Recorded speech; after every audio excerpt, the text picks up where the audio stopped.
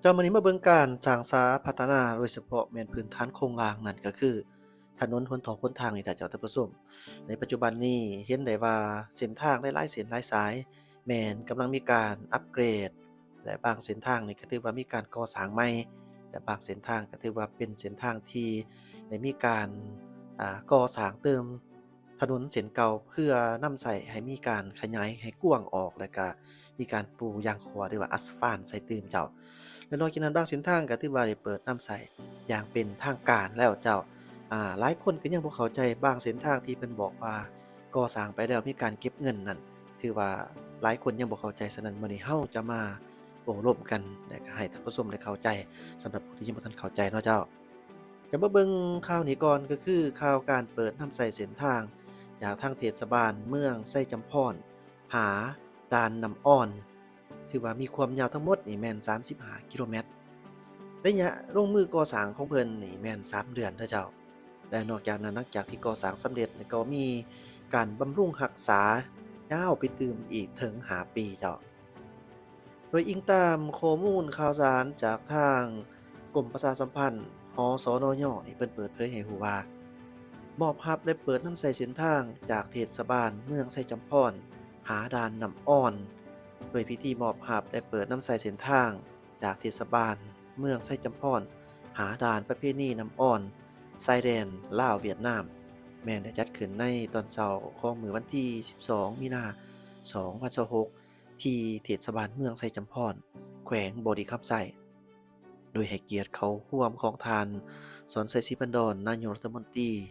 มีทานเลขาพรรคแขวงบ่อดีคำไส้ทานรัฐมนตรี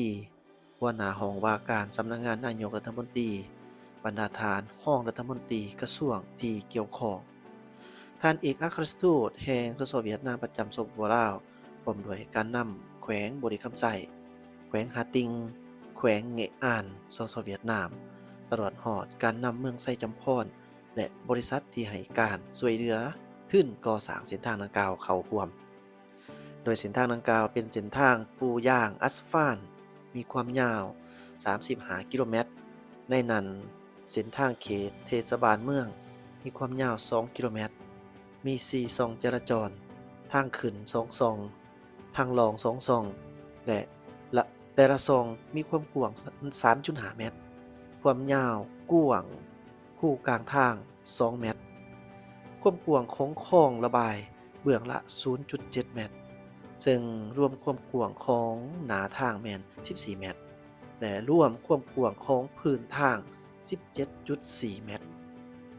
จากสำหรับเส้นทางเขตนอกเทศบาลเมืองที่มีความยาว33กิโลเมตรมีขนาดหนาทางกว้าง5.5เมตรแบ่งออกเป็น2ช่องจราจรขึ้นและก็ลงความกว้างบาทางเบื้องละ1เมตรรวมความกว้างของผืนทาง7.5เมตร ตลอดระยะความยาว35กิโลเมตรนั้นได้มีการก่อสร้างรั้วเบตงเสริมเหล็กที่มีความกว้าง9.4เมตรจำนวน2แห่งรวมความยาว154.8เมตรและท่อระบายน้ำอีก1แห่งซึ่งรวมมูลค่าโครงการทั้งหมด260ตึกกีบโดยแมนทึนสวยเรือล่าจากบริษัทหุ้นส่วนลงทุนและพัฒนาพลังงานเวียดนามลาวก็คือผู้ลงทุนในกลุ่มโครงการไฟฟ้าพลังงานลมเจียงเซินอยู่แขวงบุรีคำไซโดยมีระยะเวลาในการก่อสร้างแม่น6เดือนถ่ายปี2025ภายหลังมอบหับและก็เปิดน้ำใสอย่างเป็นทางการบริษัทผู้ให้ทุนและก็รับเหมาก่อสร้างแม้นจะสืบต่อให้การบำรุงรักษาเส้นทางดังกล่าวเติมอีกเป็นระยะเวลา5ปีการช่วยเหลือก่อสร้างเส้นทางดังกล่าวแม้นเป็นการประกอบส่วนอันใหญ่หลวงของบริษัทหุ้นส่วนลงทุนและพัฒนาพลังงานเวียดนามลาวเขาในการพัฒนาเศรษฐกิจสังคมของแขวงก็คือการพัฒนาพื้นฐานโครงหลังเมืองไซจำพรที่ยังเป็นเมืองทุกข์ยากของแขวงซึ่งตัดขาดการเดินทางเข้าออกบ้างได้ยากในฤดูฝนก่อนก่อสร้างเส้นทางเจ้าไก่เป็นเมืองที่มีความสามารถเที่ยวไปมาได้สะดวกสบายทั้ง2ฤดูเฮ็ดให้การเดินทางสู่บรรดาเมืองอ้อมข้างแม่นว่าใช้เวลาสั้นกว่าเก่าหลายชั่วโมง ประกอบส่วนเฮ็ดให้ประชาชนท้องถิ่นมีเงื่อนไขสะดวกในการพัฒนาชีวิตการเป็นอยู่ให้ดีขึ้น ฉะนั้นผลสำเร็จดังกล่าวจึงถือว่าเป็นบาทก้าวที่สำคัญที่เอื้ออำนวยและกระตุกสุขอยู่เมืองไซจำพรเปิดประตูสู่บรรดาเมืองใกล้เคียงของสปปลาวและโซเวียตนามหลายขึ้นโดยเฉพาะแม่นการค้าการลงทุนการท่องเที่ยวการพัฒนาเศรษฐกิจเขตชายแดนและอื่นๆซึ่งจะช่วยเฮ็ดให้เศรษฐกิจสังคมของเมืองไซจำพรได้รับการพัฒนาดีขึ้นอย่างต่อเนื่อง แน่นอนชีวิตการเป็นอยู่ของประชาชนจะได้รับการปรับปรุงและพัฒนาขึ้นเป็นก้าวๆเจ้าสำหรับการฟื้นฟูก่อสร้างทางหลวงแห่งชาติเลขที่8มาฮอดปัจจุบันนี้ถือว่าสำเร็จไปแล้ว 95.05% โดยการฟื้นฟูก่อสร้างทางหลวงแห่งชาติเลขที่8ในวันที่12มีนาคม2026นี้ทานเหล็กไหลศรีวิไลรัฐมนตรีกระทรวงโยธาธิการและขนส่งพร้อมด้วยคณะ มีหัวหน้ากรมหัวทางหัวหน้ากรม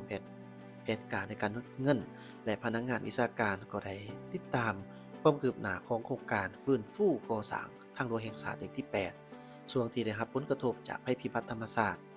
ฮอดท้ายเดือนกุมภาพันธ์2026เขตผู้ให้โดยการต้อนรับของหัวหน้าแผนกยทขแขวงบุรีคำไส้รัฐวิสาหกิจก่อสร้างทางเลข8และภาคส่วนที่เกี่ยวข้องที่ว่าได้เข้าร่วมโดยทานคำพูดคุณสมหวังหัวหน้าโครงการฟื้นฟูก่อสร้างทางหลวงแห่งชาติเลข8ช่วงที่ได้รับผลกระทบจากภัยพิบัติธรรมชาติได้กล่าวว่าการจัดตั้งปฏิบัติโครงการเริ่มแต่กิโลเมตร42+800หากิโลเมตร50+800ปานคูนค่ำเมืองคูนค่ำแขวงคำมวนล่วงยาว8กิโลเมตรและแก้ไขหนาทางบวมแต่ช่วงกิโลเมตร52+200หากิโลเมตร52+325ลวงยาว125เมตรบ้านนอกกอกเมืองคำเกิดแขวงบุรีคำไส้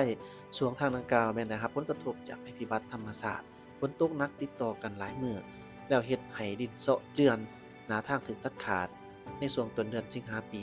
2023และเนื่องจากการแก้ไขฉุกเฉินในระยะนั้นแม้นเพียงแต่การทะลุเพื่อให้การสัญจรไปมาได้ชั่วคราวแต่ว่ายังบ่สามารถรับประกันทางด้านมาตรฐานเทคนิคได้ฉะนั้นกระทรวงโยธาธิการและขนส่งแม้นได้สร้างตั้งโครงการขึ้นเพื่อรับประกันทางด้านมาตรฐานเทคนิคให้การสัญจรไปมาโรงเรียนสะดวกเป็นปกติและหลีกเลี่ยงความเสี่ยงเส้นทางถูกตัดขาดในช่วงฤดูฝนที่จะมาถึงนี้ซึ่งมีรายละเอียดของโครงการดังนี้เจ้าของโครงการกลุ่มทางกระทรวงโยธาธิการและขนส่งบริษัทผู้รับเหมารัฐวิสาหกิจก่อสร้างทางเลข8หรือ RBCE ระยะก่อสร้างโครงการเริ่ม30เมษายน2024หา30พฤษภาคม2025 13เดือนได้ต่อเวลาสัญญาฮอดวันที่31ธันวาคม2025 7เดือนและมีระยะค้ำประกัน12เดือนปัจจุบันแม้นความคืบหน้าโครงการก่อสร้างทั้งหมด 95.05% ข้อมูลทางด้านเทคนิคของโครงการมีความยาวช่วงที่ฟื้นฟูก่อสร้าง8กิโลเมตรและซ่อมแปลงหน้าทางยก125เมตรหน้าทางกว้างทั้งหมดบาทาง2เบื้องคูณ1เมตรบวก2จราจร22คูณ3เมตรสันหน้าทางปูด้วยยางขัวหนา8ซมปู2สันละ4ซมสันพื้นฐานปูด้วยวัสดุหินครบหนา20ซม CBR 80% และสำหรับจุดที่เสริมบาทางแม่นมีสันห้องพื้นทางปูด้วยดินผสมหินหนา25ซม CBR 30% สันดินถมยกระดับหนา30ซม CBR 28%นอกจากนี้โอกาสดังกล่าวทางเทคนิคชีวิไลนั้นก็ได้เน้นให้เจ้าของโครงการร่วมกับแผนกยตคแขวงและบริษัทเอาใจใส่จะตั้งปฏิบัติงานให้สำเร็จ 100% เน้นให้จุดที่มีความเสี่ยงเป็นต้นแม่นคลองระบายน้ำให้มีความรับประกันรองรับให้น้ำฝนสามารถไหลสะดวกรับประกันเฮ็ดให้เขตดังกล่าวมีการไปมาสะดวกสบายอันเป็นเงื่อนไขเฮ็ดให้เศรษฐกิจของแขวงมีการขยายตัวเพิ่มเติมการนำนทค.ติดตามสุกอยู่โครงการฟื้นฟูและบูรณะเส้นทางหลวงเลข9ในวันที่10มีนาคม2026นี้ทานเหล็กไหลศรีวิไลรัฐมนตรีกระทรวงโยธาธิการและขนส่ง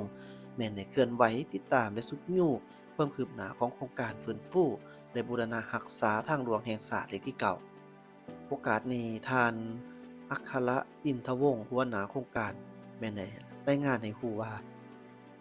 โครงการนี้ซึ่งมีกำหนดระยะเวลา10ปีฟื้นฟู3ปีและบูรณะรักษา7ปีโดยแม่นรัฐวิสาหกิจก่อสร้างทางเล็ก8เป็นผู้รับเหมาจัดตั้งปฏิบัติด้วยมาตรฐานเทคนิคและการเก็บค่าบริการปรับปรุงเป็นทางสัน3รับน้ำหนักได้11ตันเพื่อความสะดวกให้แก่การสัญจรและการขนส่งสินค้าเชื่อมโยงกับประเทศเพื่อนบ้านให้มีความโรงเรียนและจะเริ่มเก็บค่าบริการจากรถบรรทุกที่มีน้ำหนัก12ตันขึ้นไปโดยนำใส่ระบบที่ทันสมัยผ่านธนาคารจุดเก็บเงินมีทั้งหมด4จุดปัจจุบันจุดที่1และจุดที่3แม้นมีความพร้อมทั้งด้านโครงสร้างพื้นฐานแล้วและคาดว่าจะเริ่มเปิดน้ำใสได้ในถ่ายเดือนมีนาคม2026นี้โอกาสเดียวกันทานรัฐมนตรีท่านนี้ได้ซีวิไลก็ได้เน้นหนักให้ผู้รับเหมาและก็ภาคส่วนที่เกี่ยวข้องเร่งซุ้มใส่จัดตั้งปฏิบัติให้สำเร็จตามแผนการที่ได้วางไว้เน้นให้ความสำคัญทั้งด้านความปลอดภัยในการสัญจรโดยการติดตั้งป้ายเตือนในเขตก่อสร้างให้ครบถ้วนและประกันคุณภาพของวัสดุก่อสร้างให้มีความทนทานเพื่อให้เส้นทางสามารถนำใช้ได้อย่างยาวนานแล้วก็คุ้มค่าเจ้านี่ถือว่าเป็นข้อมูลทั้งหมดเกี่ยวกับการก่อสร้างถนนหนทางอยู่บ้านเฮามาเว้าเกี่ยวกับเรื่องการเก็บเงินค่าผ่านเส้นทางที่เพิ่นได้มีการก่อสร้างใหม่เด้อเจ้าโดยเฉพาะขอหยิบยกในเส้นทางเล็กที่เก่านี่เจ้าเพิ่นเก็บนี่แม่นว่าเพิ่นบ่ได้เก็บอ่ารถทั่วไปบ่ว่าจะเป็นรถจักรรถใหญ่ก็คือรถเก๋งบ่รถกระบะอิหยังต่างๆนี่แม่นว่าเพิ่นบ่ได้เก็บเด้อเจ้าหลายคนนี่ถือว่าบ่เข้าใจเนาะว่าเก็บค่าผ่านทางนี่ก็หมายความว่าจะเหมารวมเบิดคือกันกับเส้นทางอยู่ที่ปากเซหั้นน่ะเจ้าไปหาพ้นทองหั่นน่ะไปหานั่นถือว่าไปหาบักเต่าหั่นน่ะเจ้าถือว่าอันนั้นน่ะแม่นเก็บเบิดเลยเนาะเจ้าแต่ว่านี่แม่นว่าเพิ่นจะเก็บตั้งแต่รถบรรทุกหนักว่าซั่นซะเจ้าที่ว่าแล่นผ่านเส้นทางดังกล่าวหั้นน่ะที่มีน้ำหนัก12ตนขึ้นไปเนาะรถบรรทุกหนักเด้อเจ้าเอา12ตนขึ้นไปก็บ่เว้าว่ารถหยังดอกว่าแต่บรรทุกมันหนัก12ตนขึ้นไปนี่แม่นเพิ่นจะเก็บส่วนว่าอื่นๆนั่นแม่นว่าบ่ได้เก็บเนาะอันนี้แม่นเส้นทางที่เก่าส่วนเส้นทางอื่นๆที่มีการก่อสร้างใหม่ถ้าเป็นจังไดบ่อนใดที่มีความคืบหน้าโดยเฉพาะแม่นการเก็บเงินนี่นะเจ้าเนาะที่สังคมให้ความสนใจหลายว่าเป็นหยังเส้นทางหลวงอยู่บ้านเฮาเส้นทางที่ว่าบ่แม่นทางด่วนคือว่าเก็บเงินอันนี้เฮาก็จะนำมาฝากมาตอนอีกเดี๋ยวเราไปหาเสาะข้อมูลขอบใจที่ตามมาชมสบายเด้อเจ้าอย่าลืมกด Subscribe เด้อเจ้า